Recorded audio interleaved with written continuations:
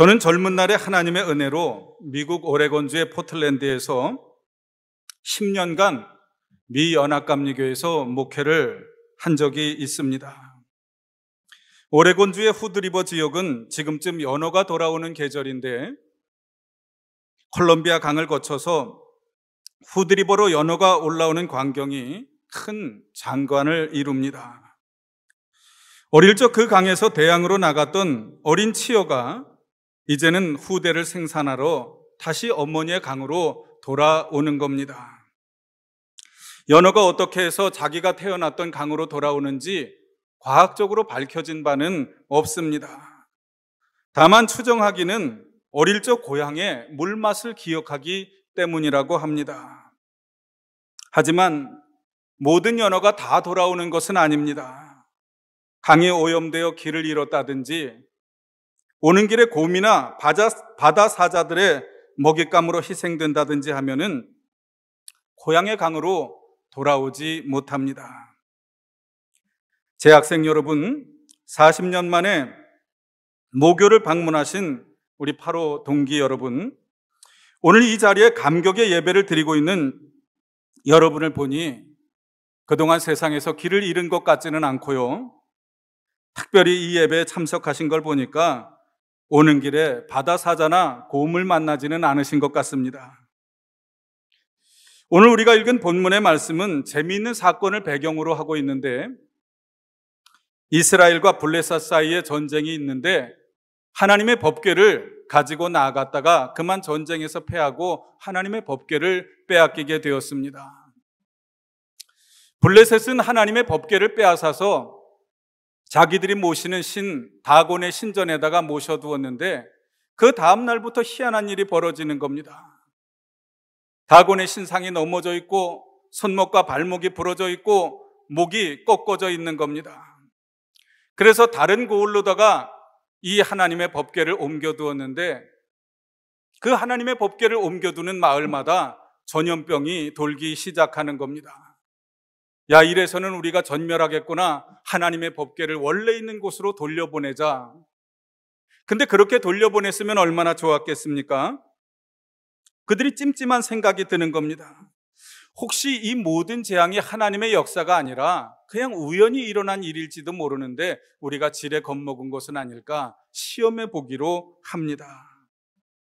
일해보지 않는 젖나는 암소 2마리를 이제 법궤를 실은 수레를 끌게 해서 그 소가 좌로나 우로나 치우치지 아니하고 똑바로 가면 이는 하나님의 역사요. 뒤를 바라다보거나 좌우로 치우치면 이는 우연히 일어난 일인 줄로 생각하자고 생각을 합니다. 저는 목회를 하면서 많은 사람들이 이 지점에서 생각이 머무르는 것을 봅니다. 나에게 일어나는 일이 하나님의 역사냐, 하나님의 뜻이냐, 아니면 우연히 일어나는 것이냐. 이것은 사실 철학의 문제이기도 한데 자유와 필연성의 문제라고 합니다. 예를 들면 오늘 여러분이 이 자리에 있는 것이 정말 필연적으로 하나님의 뜻인지, 아니면 어떻게 하다 보니 우연히 이 자리에 있는 것인지 생각을 합니다. 사람들은 모든 문제에 답을 구하려고 합니다. 이것이냐 저것이냐 하는 문제로 씨름을 합니다. 유대인 철학자 마르틴 부버는 유명한 말을 남겼는데, 인간은 자유와 필연성을 양 어깨에 짊어지고 살아가는 우수적인 존재다. 살아가는 것만이 해답이라는 말입니다. 고린도후서 13장에도 우리가 지금은 거울을 보는 것 같이 희미하지만은 그때가 오면 얼굴과 얼굴을 맞대고 보는 것처럼 확연히 알 때가 오리라 말씀해 주십니다. 그러므로 오늘 우리가 믿음으로 살아가면서 모든 것을 다 알아야 되겠다라고 하는, 모든 해답을 다 알아야 믿는다라고 하는 생각은 우리가 버려야 됩니다. 신앙이란 내 머리와 내 지식으로 이해되고 납득이 되어야만 믿는 것이 아닙니다. 만약 내 머리로 이해되어져야만 믿는다면은 그것은 상식이지 신앙이 아닙니다. 신앙이란 믿기로 작정하는 겁니다. 루세 고백처럼 어머님의 하나님을 내 하나님으로 믿겠습니다 하고 작정하면 뒤돌아보지 않는 것입니다. 한 번 해병이면 영원한 해병이다라고 하는 표가 있는 것처럼 한 번 믿기로 작정했으면은 그 결단대로 사는 것이지, 믿음으로 산다고 하면서도 여전히 고민하고 좌고우면하며 사는 것은 어리석기 짝이 없는 일이라는 겁니다. 이 벳세메스로 가는 암소들이 우리에게 가야 될 길을 알려주고 있습니다.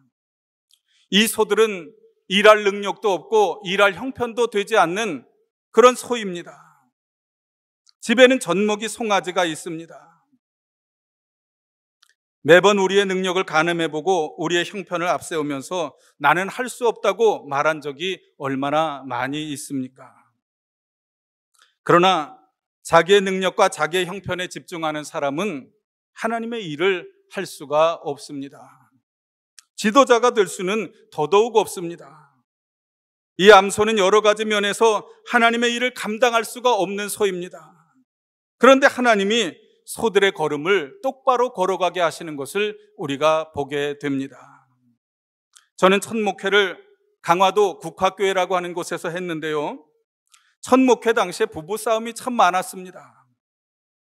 왜 그렇게 많이 싸우게 되던지요? 싸우는 것도 꼭 토요일 저녁이나 주일 아침에 싸우게 되는 겁니다. 그리고 나면 도저히 설교하러 갈 기분이 나질 않습니다. 그래서 깨달았습니다. 아하, 마귀가 시험하는구나.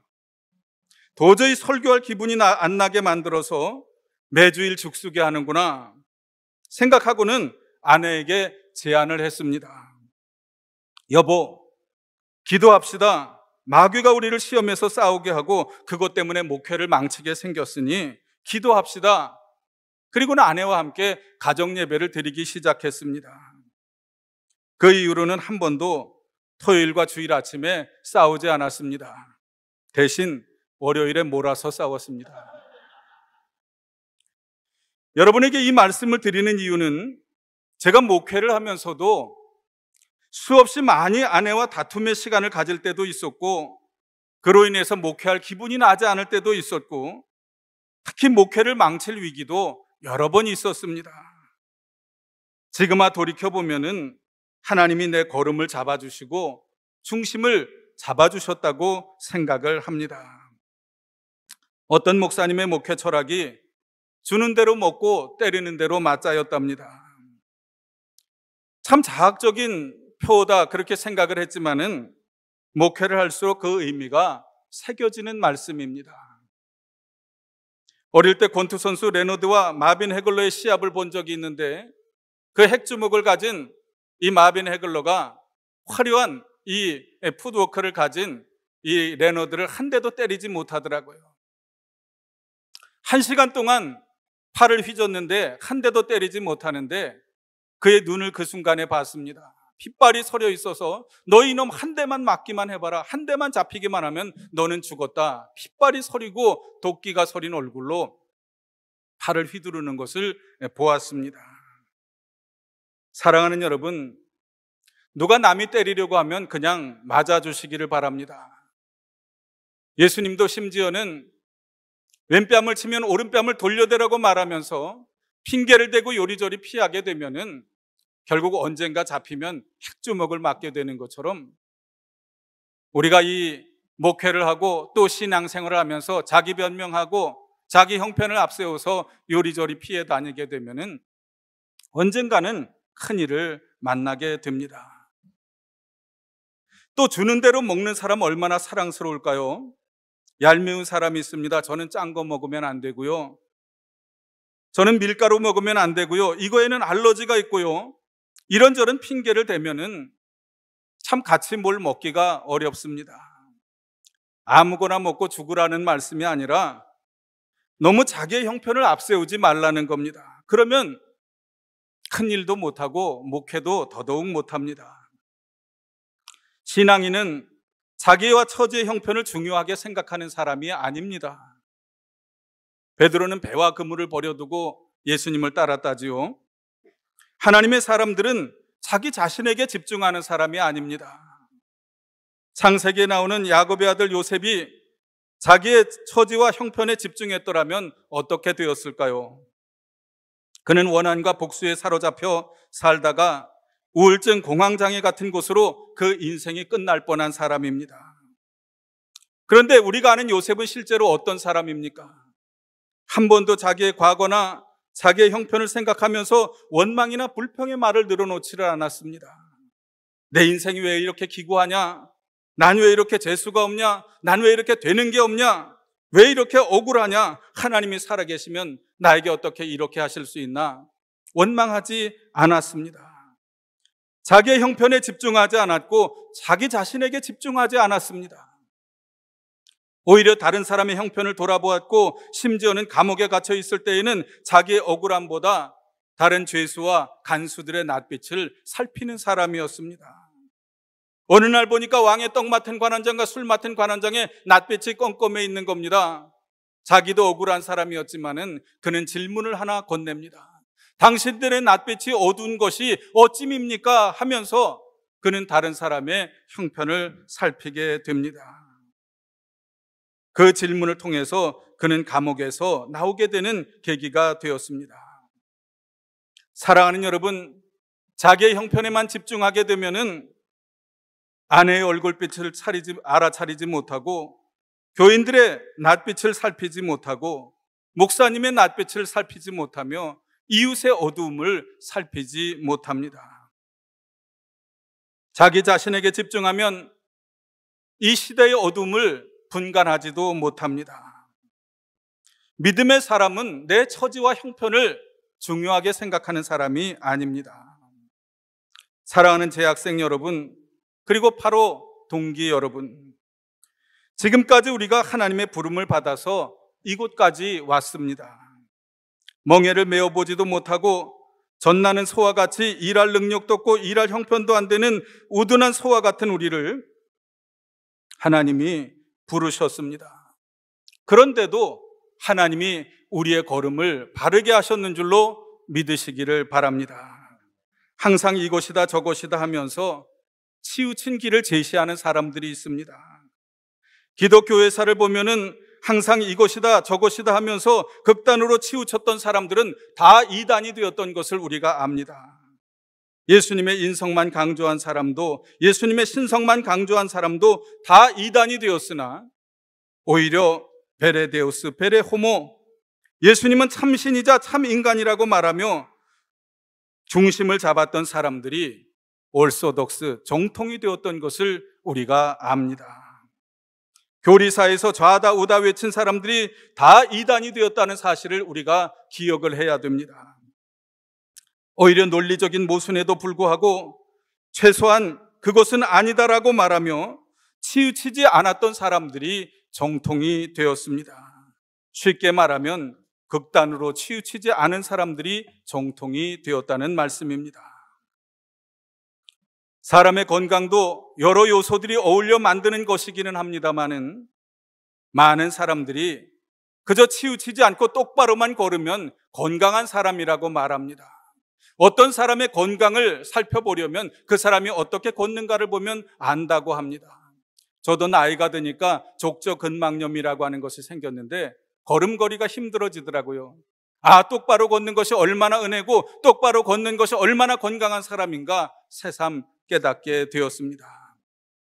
사랑하는 여러분, 부족한 사람이 지난 40년을 돌아보니까 공연히 광야에서 하나님의 마음을 근심만 시킨 이스라엘 백성과 같지는 않았는지 염려가 되더라고요.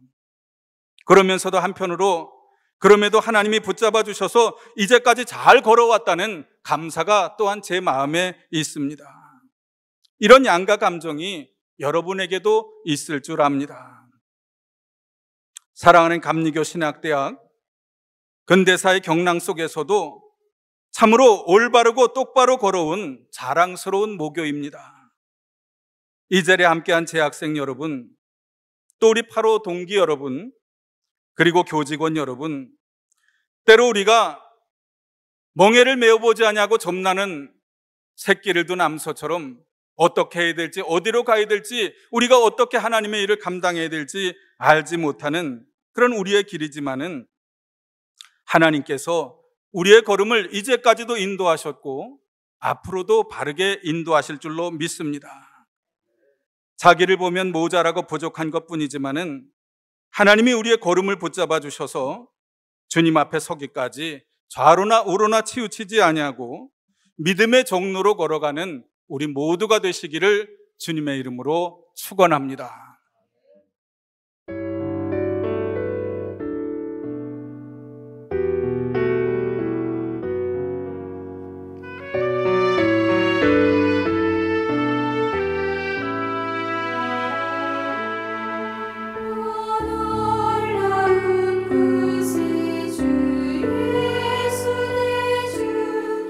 참 내.